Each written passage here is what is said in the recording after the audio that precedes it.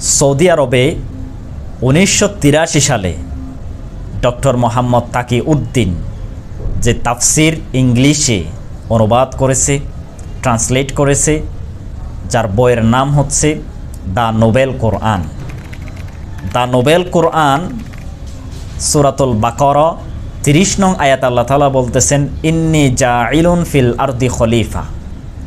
এই খলিফার শব্দ তারা এনেছে, তারা এমনভাবে এর অপব্যাখ্যা করেছে মানুষরা যেন এই জ্ঞান যেন অর্জন করতে না পারে, এদিকে যেন মানুষরা চিন্তা নিতে না পারে। এই ষড়যন্ত্র ব্রিটিশ তারা করেছিল। আমাদের পড়ালেখায়, আমাদের বই পুস্তকে অসংখ্য ভুল তারা ঢুকিয়ে দিয়েছে। তারা খলিফা শব্দের অর্থ এনেছে mankind generation after generation on earth, অর্থাৎ আল্লাহ তাআলা পৃথিবীর মধ্যে প্রজন্মের পর প্রজন্ম আল্লাহ তাআলা মানুষ সৃষ্টি করেছেন।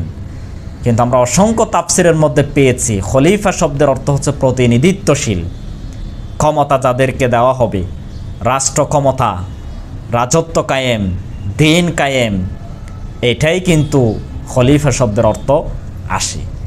কিন্তু তারা এটা না দিয়ে mankind generation after generation on earth, প্রজন্মের পর প্রজন্ম আল্লাহ তাআলা মানুষ সৃষ্টি করেছেন, এটা দেওয়ার মানে কি? আপনি কিছু বুঝতে পারতেছেন?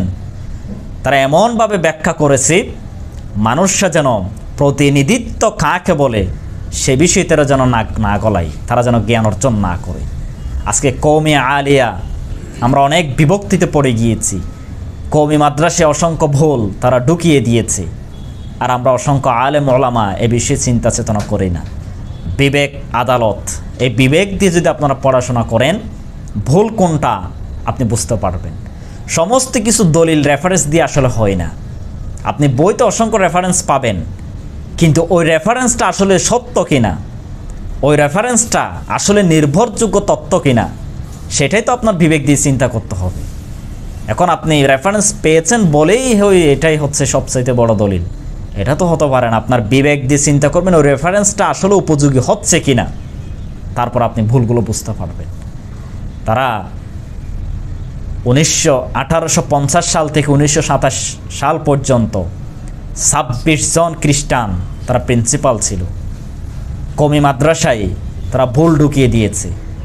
আমরা একজন আলেমের নাম জানি, আল্লামা রুমি রাহিমাহুল্লাহ, তার নাম ব্যবহার করে এমন ভুল তত্ত্ব কওমি সিলেবাসের মধ্যে তারা ঢুকিয়ে দিয়েছে।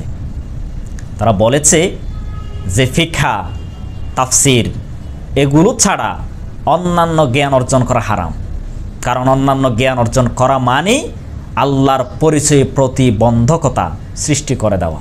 না উযুবিল্লাহ।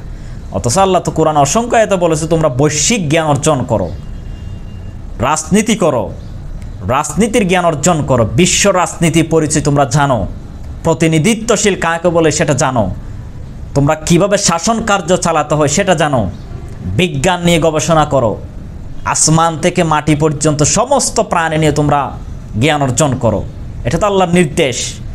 কিন্তু আল্লামা রুমি রাহিমাহুল্লাহ এই ব্যাপার বক্তব্য দিতে পারেন না। অবশ্যই এটা ব্রিটিশরা তার নাম ব্যবহার করে এই মিথ্যা উক্তি ঢুকিয়ে দিয়ে কওমি সিলেবাসকে তারা ধ্বংস করে ফেলেছে।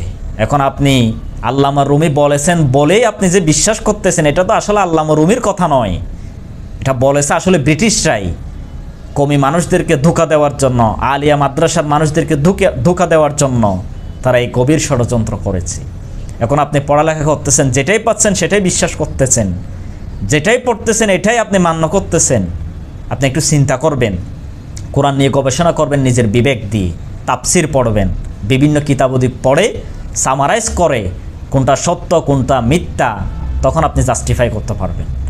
আল্লাহ তাআলা আমাদের ব্রেনের দোয়ার যেন খুলে দেই, সে তৌফিক আল্লাহর কাছে করবে ইনশাআল্লাহ।